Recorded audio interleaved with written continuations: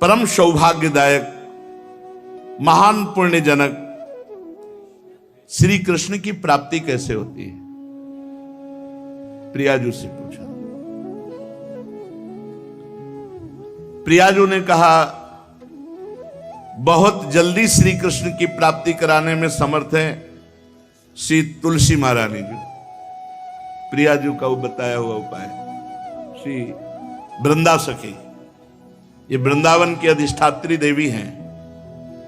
ये वृंदावन की पूरी व्यवस्था को देखती हैं। प्यारे जू के नित्य केल की व्यवस्था करती हैं और इनकी कृपा के बिना कोई वृंदावन में प्रवेश नहीं कर सकता। ये हमारी प्यारी जू की प्रिय सखी वृंदा सखी श्री तुलसी महारानी जी। चंद्रानना सखी ने कहा कि परम सौभाग्यदम राधे महापुण्यम वरप्रदम श्री कृष्ण स्यापि लभ्यर्थम, उनका तुलसी सेवनम मतम। मेरे मत में यदि तुलसी जी की सेवा की जाए, तुलसी जी का यदि स्पर्श हो जाता है, तुलसी जी का नाम कीर्तन किया जाता है, तुलसी जी को प्रणाम किया जाता है, तुलसी जी का वृक्ष लगाया जाता है, तुलसी जी को जल अर्पित किया जाता है और तुलसी दल से नित्य भगवत सेवा की जाए, तो बहुत जल्दी श्री कृष्ण प्रसन्न हो जाते हैं। प्रतिदिन जो तुलसी जी की भक्ति करता है, तुलसी का पौधा रोप करके तुलसी जी का सिंचन करना, तुलसी जी को तिलक लगाना, तुलसी जी को माला पहनाना, तुलसी जी की परिक्रमा करना, तुलसी जी को प्रणाम करना, वो कोटि सहस्त्र युगों तक ऐसा महान सुकृत होता है कि भगवान श्री कृष्ण के नित्य समीप रहता है जो तुलसी जी की सेवा करता है। जब तक मनुष्य की लगाई हुई तुलसी की शाखा प्रशाखा बीज पुष्प सुंदर दल से तुलसी जी सुशोभित होती है, तब तक हजारों कल्पों में श्री हरिधाम में रहते हुए उसका कभी पुण्य नष्ट नहीं होता। जैसे एक दिन 1000 कल्प, 2 दिन 2000 कल्प वो भगवान के नित्य धाम में महान सुकृत के बल से भगवत धाम में रहेगा, जो तुलसी जी का पक्का मान लीजिए। जब स्वयंसी में से तो तुलसी जी रोपण करके तुलसी जी का एक वन लगाया और रोज नवीन नवीन मंजरी तुलसी दल लेकर प्रभु के चरणों में, कहीं न कहीं तुलसी जी की कृपा हुई। वृंदावन, ये वृंदा अधिष्ठात्री देवी वृंदावन की है, इनकी कृपा के बिना हे चंद्रानने संपूर्ण पत्रों और पुष्पों को जो उतार करके सम्मान पूर्वक पहले प्रार्थना करनी चाहिए, हे वृंदा देवी, हे तुलसी जी, भगवान श्री हरि की पूजा के लिए या प्रियाजू की पूजा के लिए हम आपके कुछ मंजरी कुछ दल लेकर के सेवा करना चाहते हैं, आप कृपा करके मुझे दीजिए, और फिर उतार लें। ऐसे नोचना नहीं, बहुत सम्मान से बहुत प्यार से, तो तुलसी जी प्रसन्न होती हैं। जो मनुष्य तुलसी दल से श्री हरि की पूजा करता है, कोई भी पाप उसका स्पर्श नहीं कर सकता। पूर्व में किया हुआ कोई भी पाप उसको दंड नहीं मिलेगा, जो तुलसी जी की आराधना नित्य करता है। अब इतना जल भी ना चढ़ा दे, मार पुण्य हो जाए और तुलसी जी अंतर ध्यान अनुकूल जल, जैसे मान लो गमले पे हैं तो इतना बड़ा तांबे का रोज उससे चढ़ा, अब भर के लोटा चढ़ा दोगे 2-4 दिन में अंतर ध्यान हो जाएंगे तुलसी जी। बहुत विवेक से जरूरत है, मतलब भारी पुण्य होगा। अब इतना बड़ा लोटा रोज जल चढ़ाओगे तो 2-4 दिन में पीली होके अंतर ध्यान हो जाएंगे। पर इतना जल, अनुकूल जल चाहिए। एक तांबे का छोटा सा लिया, ऐसे रोज डालो, उसमें कोई फर्क नहीं, और गमला उठाकर धूप में विराजमान करो। सेवा का मतलब क्या है? जो तुलसी जी को जल अर्पित करके तुलसी जी की सेवा करता है, हरि चिंतन करता, कभी कोई पाप उसका स्पर्श नहीं कर सकता। 100 भार सोना, 400 भार चांदी,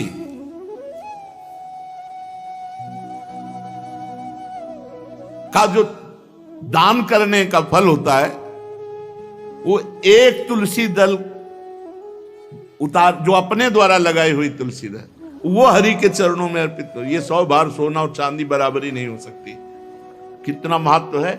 जो रोज तुलसी दल चयन कर, द्वादशी को न चयन करे, द्वादशी को मतलब बहुत बड़ा अपराध लगता है तुलसी दल का, इस मतलब तुलसी के वृक्ष का भी स्पर्श न करे। प्रणाम नमस्कार दूर से, एक भी दल नहीं टूटना चाहिए। द्वादशी को ऐसा हमने महापुरुषों से सुना है कि मंजरी और पत्र उतारना ये ठीक नहीं, बिल्कुल नहीं ठीक है। ब्रह्म हत्या का फल लगता है, अगर जो पाप लगता है अगर कोई द्वादशी को तुलसी चयन, बहुत सावधानी से। जिसके घर में तुलसी का बगीचा होता है, कई पौधे होते हैं, उसको कहीं तीर्थ जाने की जरूरत नहीं, उसका घर तीर्थ है जिसके घर में तुलसी के पौधे हैं। और यमराज कभी उस घर में किसी भी मरने वाले को लेने नहीं आएंगे। जिसके घर में तुलसी, लगा लो भैया तुलसी लगा लो घर में, काहे कोई यमराज को आने दोगे।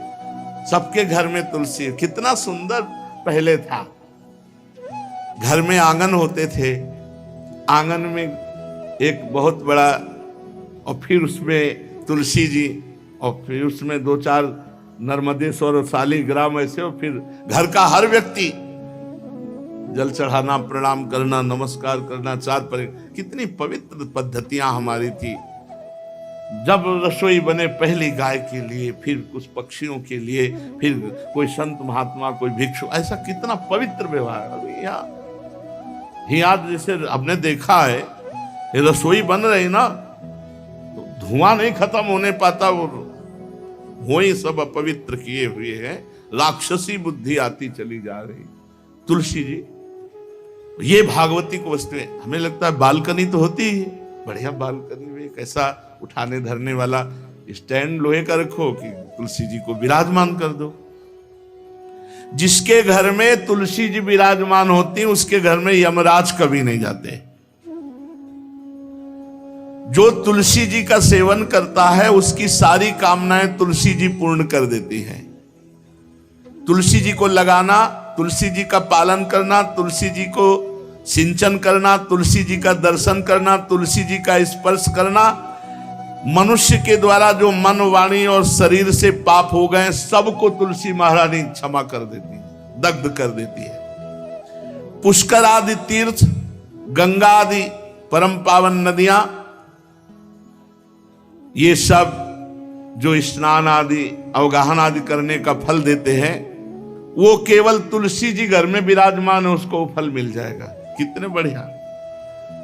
जो तुलसी जी की नवीन मंजरी प्रभु के चरणों में अर्पित करके प्रणाम करता है, वो चाहे कितना भी अपराध किए हो, वो कभी यमपुरी को नहीं देखेगा, कभी यमराज के पास नहीं जाएगा। जो मनुष्य तुलसी काष्ठ का घिसा हुआ चंदन लगाता है, उसके सारे संचित भस्म हो जाते हैं, और क्रियमाण जो वर्तमान, वो कभी उसको बांध नहीं सकते। तुलसी जी का काष्ठ का घिसा हुआ चंदन। जिसके घर में तुलसी की छाया होती है, वहां पितरों को अपने आप कल्याण प्राप्त हो जाता है। जो श्राद्ध करने से लाभ मिलता है पितरों को, घर में तुलसी लगा के, जो तुलसी की छाया, बड़ा पितरों को तृप्ति मिलती है। चतुर्भुज ब्रह्मा जी सारंग धनवा श्री हरि के महामहिम स्वरूप की अनुभूति करने के लिए भी कहा है कि तुलसी जी का महान महात्म्य, अगर तुलसी जी का सेवन करे तो भगवान श्री हरि की महिमा को जान जाएगा। स्त्री हो या पुरुष, पुरुष नपुंसक नारीवा जीव चराचर कोय, सर्व भाव भज कपट तज मोहि परम प्रिय सोय। शरीर वर्दी है, हमारी पोशाक है, हम सब एक हैं, आत्म स्वरूप है, कुछ अलग नहीं है। शरीर केवल पांच भौतिक है तो सबका पांच भौतिक है, उसमें चिन्ह है स्त्री पुरुष के, बस इसके लिए भगवान की आराधना निषेध थोड़ी है। जो स्त्री या पुरुष श्री तुलसी जी के काष्ठ के मन के बना के, जैसे छोटी कंठी या बड़ी माला धारण करता है, श्री कृष्ण उसके बस में हो जाते हैं। यह है तुलसी जी की महिमा। परम सुहाग श्री कृष्ण मिल जाते हैं और कौन सी भी हमें उपलब्धि चाहिए। हे गोप नंदिनी, तुलसी जी का सेवन करने से श्री कृष्ण वश में हो जाते हैं।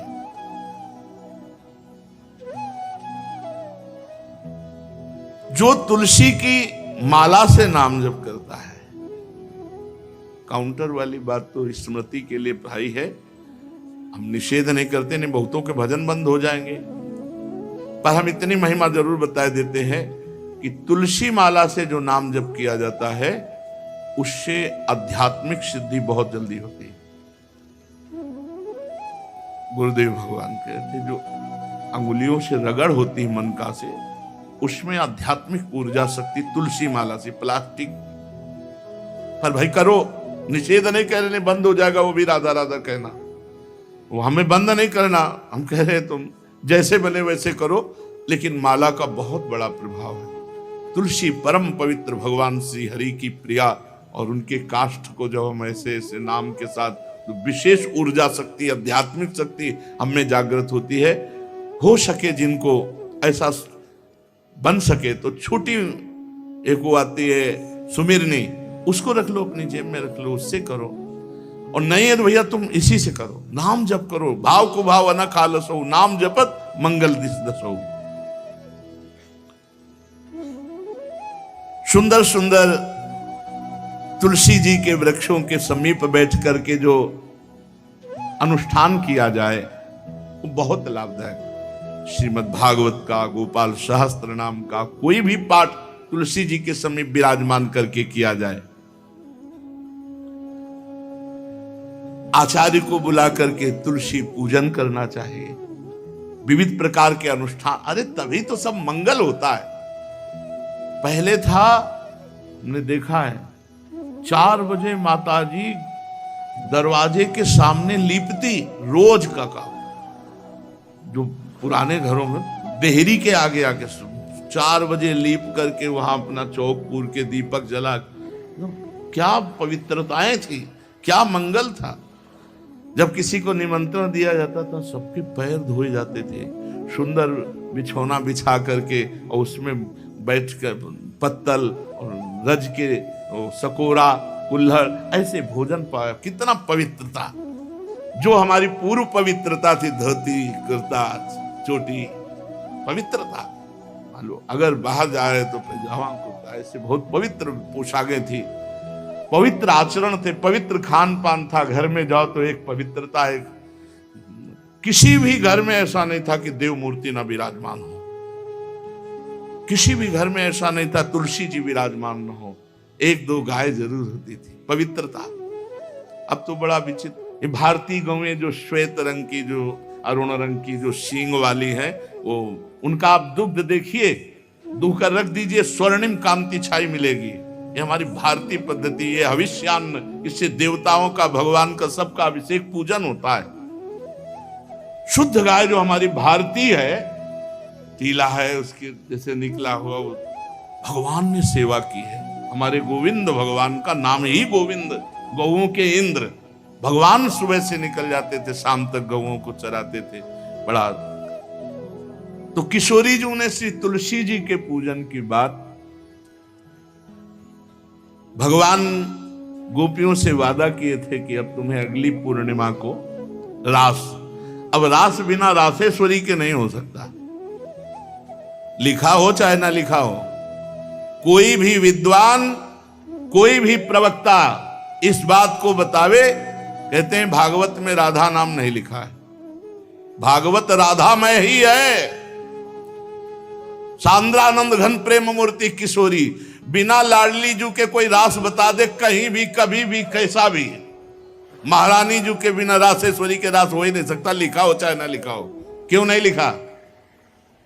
याते श्री सुख प्रगट कियो नहीं, जहां बोले राधा तो समाधि लग जाती हो, यहां 7 दिन में तक्षक काटना है। श्री सुखदेव जी ने महारानी जी का नाम, हरिराम व्यास जी कह रहे, याते श्री सुख प्रगट कियो नहीं, जानिसार को सार परम धन राधा नाम आधार। वैसे तो रोज संकेत वन में पीछे हमने चर्चा की थी, प्रेम सरोवर में प्रियालाल मिलते थे नंदगांव बरसा में। आज लालू ने एक नई लीला रची, गोप देवी लीला है। श्री लालजू महाराज प्रियाजू को रास के लिए उन्होंने सोचा एक बार छलिया रूप रख करके महल में प्रवेश करते हैं, देखते हैं लाडली जू पहचानती है कि नहीं, और कितना प्यार लाडली जू करती है। महाराज तो जो रूप धारण करें तो सभी सुंदर हैं, तो सुंदरता के समुद्र हैं। जब नकबेसर धारण करते ना, अंजन और घूंघट नीलांबर का, महाराज हृदय चूर चूर हो जाए, ऐसे सुंदर है। गोरी किशोरी भी चकोरी है जिनकी, नीलांबर धारण करके। और जिस समय लाली लगा के महाराज अपने राधा पी जी को कभी कभी जब आते हैं तो देखो ऐसा लगता है यार बलिहार है महाराज, जो रूप धारण करते हो सीधे हृदय पर प्रहार करते हो। प्रभु ने गोप देवी का रूप धारण किया, गोपांगना का। श्री चरणों में नूपुरों की झनकार, कटी में करधनी जिसमें क्षुद्र घंटिका लगी हुई हैं। अद्भुतम गोपिका रूपम चलत झंकार नूपुरम किंकिणी घंटिका शब्द मंगुलीयक भूषितम। बड़ी दिव्य अंगूठियां धारण किए हुए अंगुलियों पे, कमर में करधनी जो रुंझुन रुंझुन, श्री चरणों में नूपुर और रत्न कंकण के यूर मुक्ताहार विराजितम। कलाइयों में रत्न जटित कंगन, बीच बीच में चूड़ियां कंगन, ऐसे बाजूबंद, कंठा, मोतियों के हार और शीश फूल, केशपास, वेणी रचना, नासिका में मोती की बुलाक, बेशर और अलकावली, घुंघराली अलकावली, श्याम वर्ण के केश। ऐसा रूप धारण किया जो देखे मुग्ध हो जाए श्याम सुंदर को। वृषभानु भवन की तरफ चले। खाई और परकोटों से युक्त वृषभानु भवन 4 दरवाजों से सुशोभित, प्रत्येक द्वार पर काजल के समान वर्ण वाले गजराज झूम रहे। राजभवन की बड़ी मनोहरता है। उस मंडप प्रांगण में वायु के समान वेग वाले घोड़ों से अंगरक्षक, महल की रक्षा करने वाले चारों तरफ दौड़ रहे वृषभानु भवन में।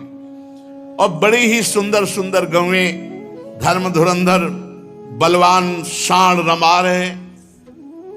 बहुत से गोपाल बंशी वेद धारण किए हुए उनको संभाल रहे हैं। वृषभानु जी का भवन क्या है, ऐसा लगता है कि विश्वकर्मा ने पूरी कला कौशल लगा दी।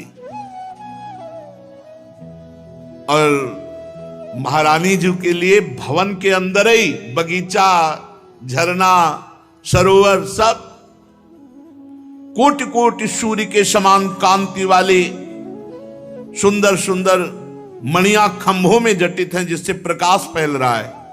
रत्न मंडित आंगन, बहुत से रत्न स्वरूप भूमि पे जटित हैं। और वहां वीणा, ताल, मृदंग आदि बाजे बजाती हुई बहुत सी मनोहर सखियां फूल छड़ी लिए हुए दरवाजे पर खड़ी हैं, संगीत बज रहा है।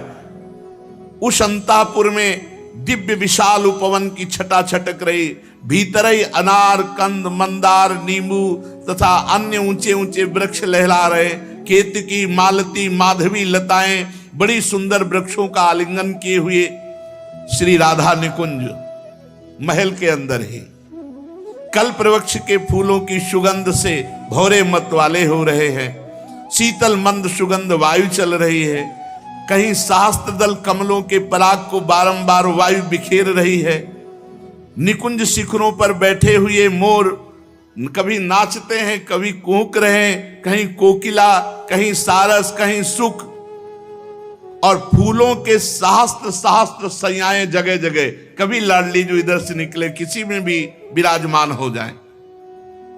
मेघ मंदिर में सैकड़ों फुहारे छूट रहे, बाल सूर्य के समान कांतिमान कुंडल तथा विचित्र वर्ण वाले वस्त्र धारण किए हुए करोड़ों बलवान महल के आसपास श्री लाडली जू के और श्री स्वामिनी जू की परिचर्या में सब सुसज्जित सखियां केसरिया रंग के सूक्ष्म वस्त्रों को सजाकर पर्दा बनाया गया है।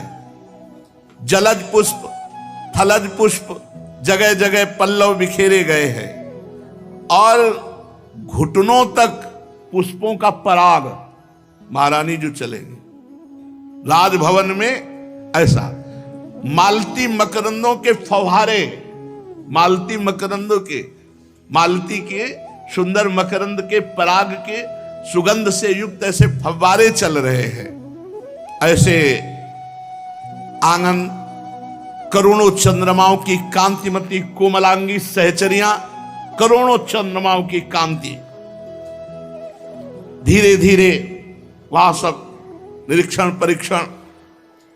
श्री वृषभानुनंदनी श्री किशोरी जी की सेवा में सहस्त्रों ऐसी सुंदरियां, जैसे चंद्रमा के उदय होने से ताराओं की कांति फीकी हो जाती है, तो जब लाडली जो पधारती है तो ऐसे सबकी कांति फीकी हो जाती है। देखो माई सुंदरता की सीमा, ब्रजनो तरुण कदम नागरी, निरखी करत अधग्रीमा। महान गौरव लाडली जू का। श्री किशोरी जू की अगवानी करने के लिए सखियां दौड़ पड़ी।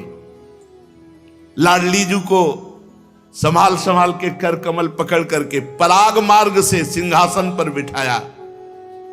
फिर लाडली जू की जैसी सेवा होती, कोई चवर, कोई पंखा, कोई व्यजन, कोई पान बीड़ी।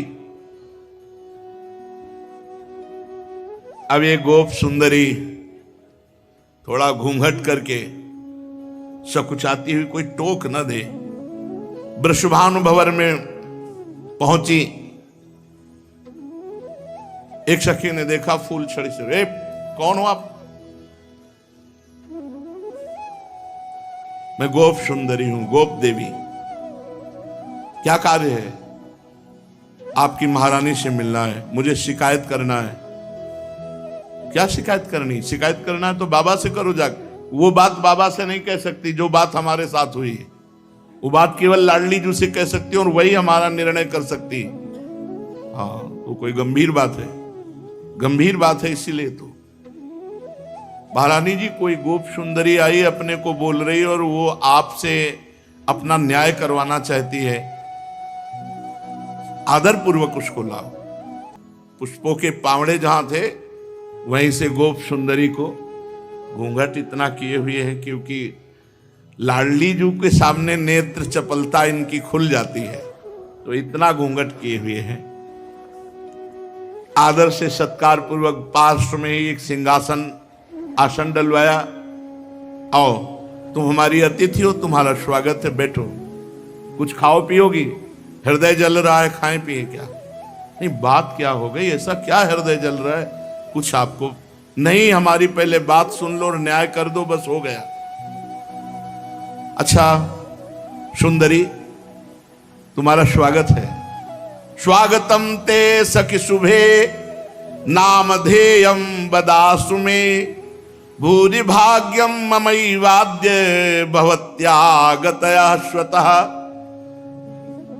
स्वागत है सुंदरी, तुम्हारा स्वागत है। मुझे ऐसा लग रहा है मेरे भाग्य से तुम आई हुई हो, क्योंकि जब मैं तुम्हारे जो अंग खुले दिखाई दे रहे हैं उनको देखती हूं तो मुझे विशेष सुख मिलता है, जैसे मेरे प्रीतम के सुख, मेरे प्रीतम की स्मृति आपके दर्शन से आ रही है। त्वत्समानम दिव्य रूपम दृश्यते नहीं भूतले, यन्न त्वं वर्तसे शुभ्रू पत्तनम धन्यमेव तत्।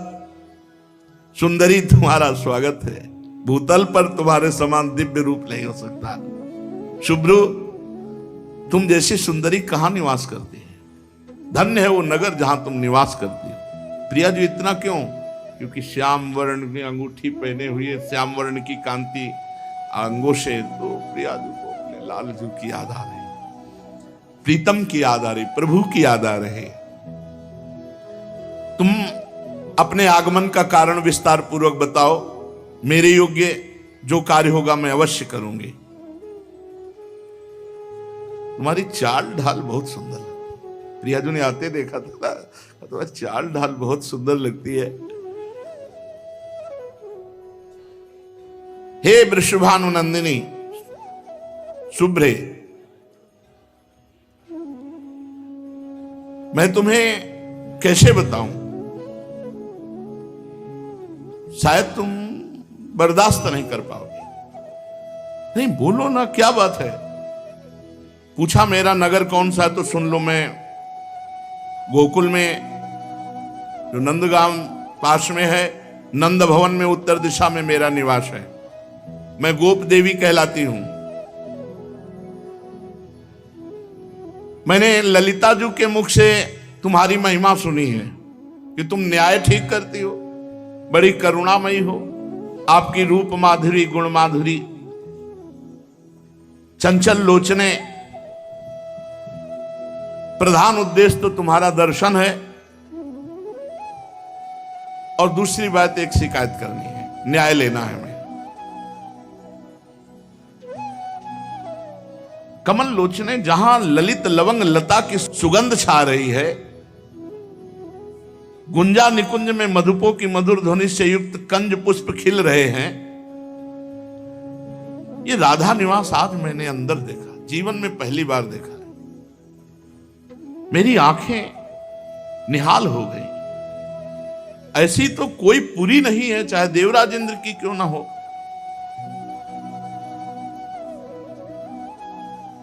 अब वो वार्ता करे, लाडली जू से गोप देवी ने कहा, मेरी आंखें तो सार्थक हो गई, शीतल हो गई, पर मेरा हृदय जल रहा है। क्या ये जो नंदगांव में एक श्याम सुंदर है, आपने सुना होगा, श्री जी सावधान हुई, रोज हमको परेशान कर, रोज परेशान।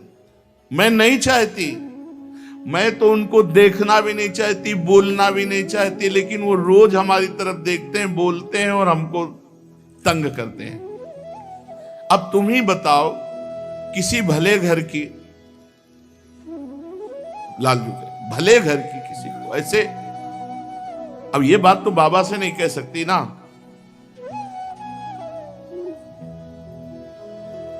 श्री जी ने कहा कि नहीं नहीं, ऐसा नहीं है, आप जैसा कह रहे हो वैसा नहीं है। मैं दुखिनी हूं, और लालजू महाराज जो है ना, वो दुख को प्रकट करने लगे। देखो गोप देवी, तुम खिन्न ना हो, मैं तुम्हें ठेस नहीं पहचान रही हूं। कल्याणी, तुम फिर से अपनी बात बताओ। हमें लगता है कि तुम्हें और जगह दुख पहुंचा होगा, नंद नंदन से नहीं। तुम अपने दुख का कारण बताओ। एक बात सच्ची समझ लो, श्री कृष्ण और श्री कृष्ण भक्त, इन दो के सिवा अगर किसी ने तुम्हें दुखी किया है तो मैं दंड दे सकती हूं, पर ऐसा श्री कृष्ण के द्वारा आपको। देखो, अगर तुम बनावटी बात कह रहे हो तो तुम्हें जो हाथी घोड़ा रथ सोना रत्न चाहिए सब ले जाओ। सही बात बताओ, निश्चल भाव से, जैसे मैंने तुम्हें अपना मित्र माना, वैसे ही तुम मित्रता का बर्ताव करके बताओ। देखो, श्री जी ने कहा कि तुम हमारी मित्रता में कपट न, अगर जो मित्रता में कपट करता है उसको धिक्कार है। गोप देवी ने कहा, राधे, बरसाना गिरी की घाटियों में मनोहर सांकली गली है। खुली बात तुम्हें बताया, अभी तक तो हम गुप्त बता रही थी। मैं दही बेचने जा रही थी, इतने में नंद का आ गया। 9 तरुण तो है ही है, और आप तो जानती हैं सुंदर भी है,